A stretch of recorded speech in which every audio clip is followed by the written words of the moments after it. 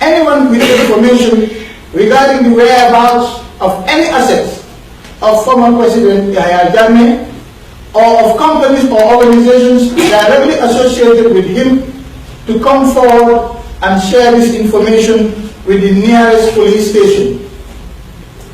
Any person who is in possession of assets purportedly belonging to former President Yahya Jammeh and who fails to disclose this information may be committing an offense.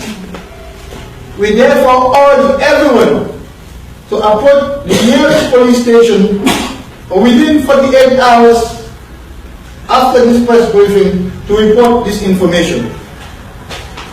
As I also stated previously on previous occasions, we are finalizing the draft terms of reference for the establishment of a commission of inquiry to look into the financial and business-related activities of former President Yahya Jammeh. On the Truth and Reconciliation Commission, we have successfully conducted a study tour of the transitional justice processes in Sierra Leone with special interest on their version of a Truth and Reconciliation Commission. A report of the study tour with recommendations has now been submitted to me for review. The study tour team was led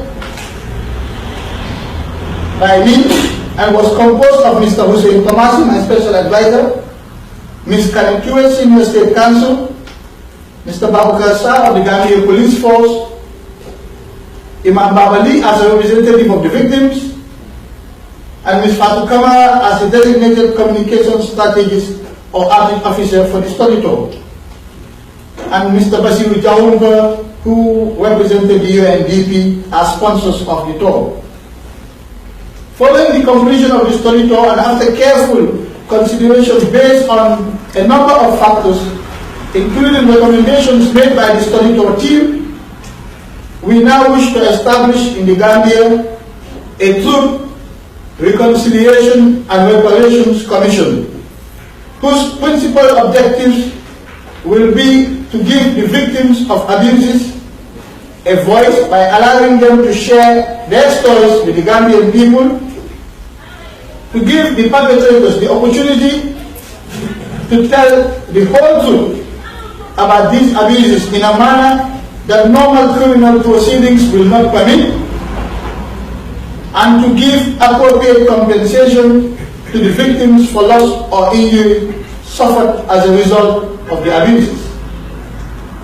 It is hoped that this process will lead to a healing on the part of the victims and ultimately reconciliation across a broad spectrum of Gambian society who have been affected either directly or indirectly by the events of the past 22 years. As a government, we have a responsibility to actively foster social cohesion and encourage national reconciliation. We now have a draft bill for the establishment of the Gambia Truth, Reconciliation and Reparations Commission. This bill will be presented to the National Assembly as soon as it is finalized by the Ministry and approved by Cabinet. Thereafter, we hope to have the necessary support structures in place so that the Commission will start hearings by the end of the year.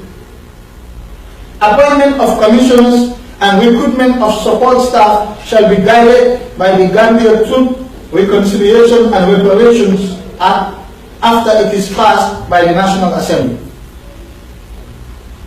However, it is crucial that we strongly encourage truth-telling about past abuses.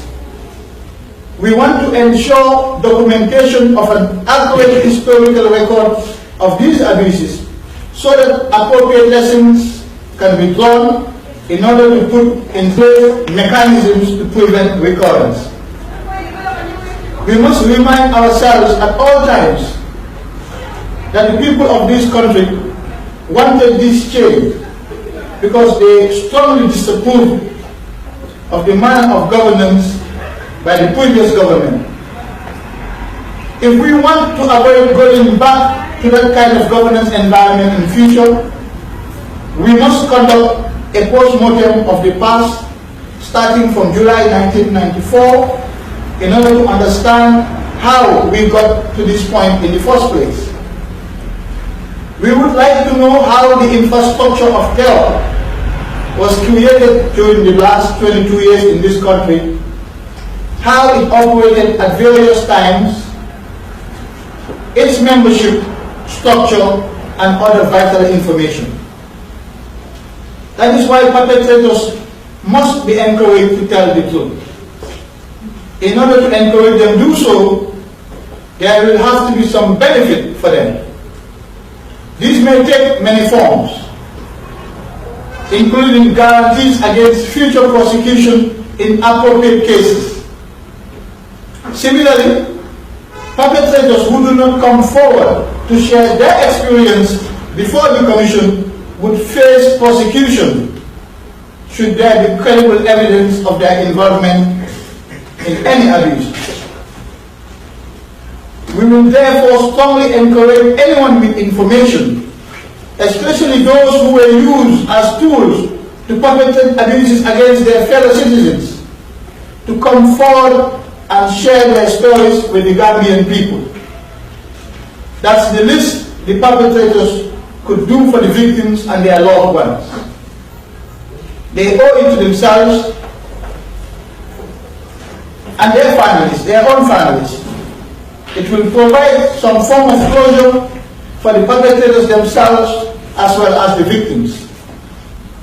We will reach out to religious and community leaders, youth and women's groups across the country through various means, so that they can also encourage members of their congregations and communities to tell the truth about past abuses as a pathway to our collective healing, peace, and justice.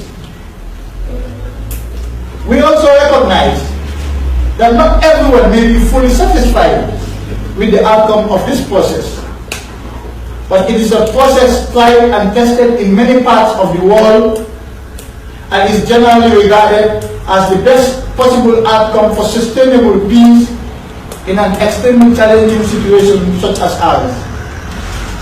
But I assure everyone that ours will be a credible and transparent exercise. Let me also make it clear that there will be justice for everyone.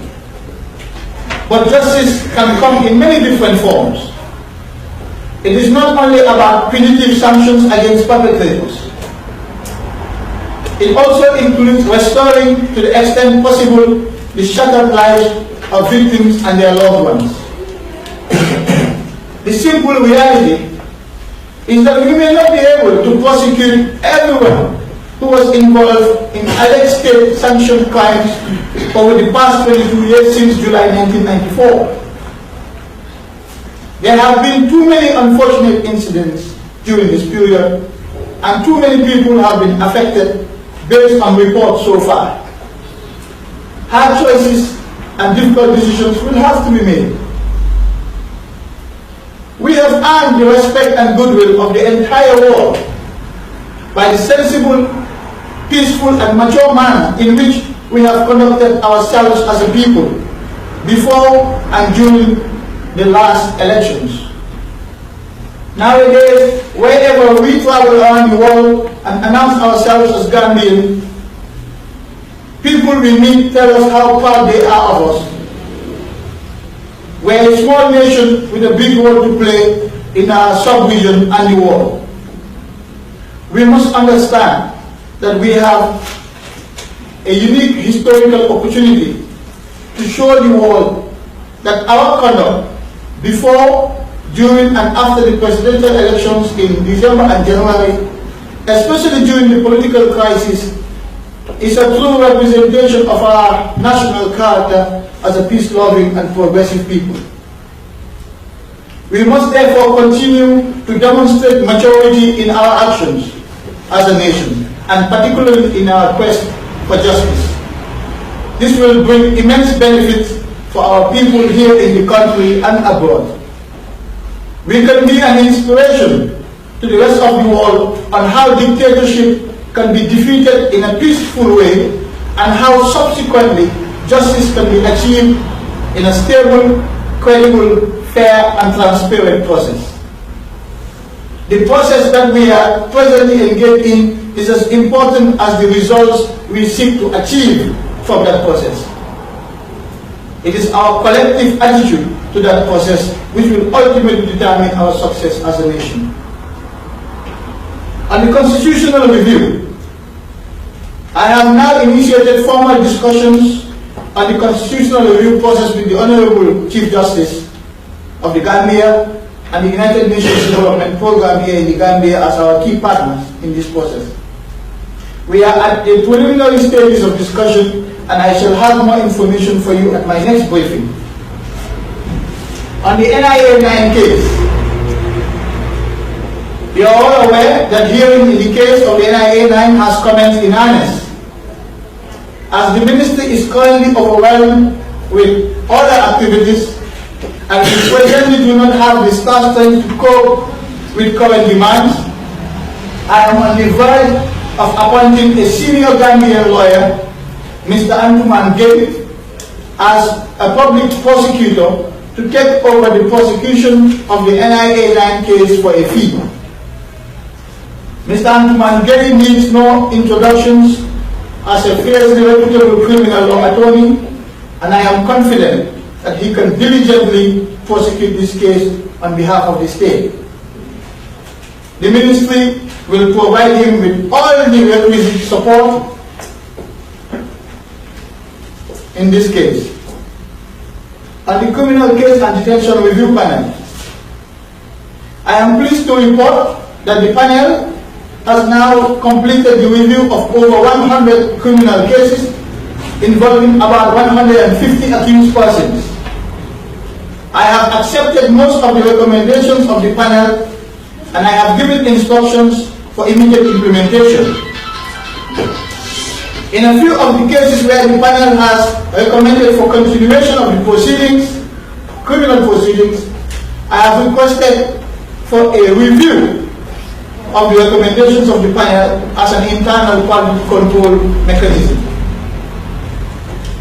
On the international cases that the Gambia is currently engaged in, do you recall from my last briefing I reported that the Gambia faces a potential legal liability bill in excess of $2 billion arising from international cases instituted against the government of the Gambia in different fora around the world as a result of the purported acts of former President Yahya Jammeh and some of his close associates. One of these cases, called the CONAPO case, was instituted in the courts of the United Kingdom in 2013 by the CONAPO company. Between 30th April and 5th May this year, we traveled to London to engage CONAPO in direct negotiations in order to reach an out-of-court settlement. CONAPO was claiming the sum of $32 million and possibly rising to $56 million plus interest and other recoverable costs associated with the legal process. So far, the Gambian government has incurred over £1 million British pounds sterling in legal costs to defend this case.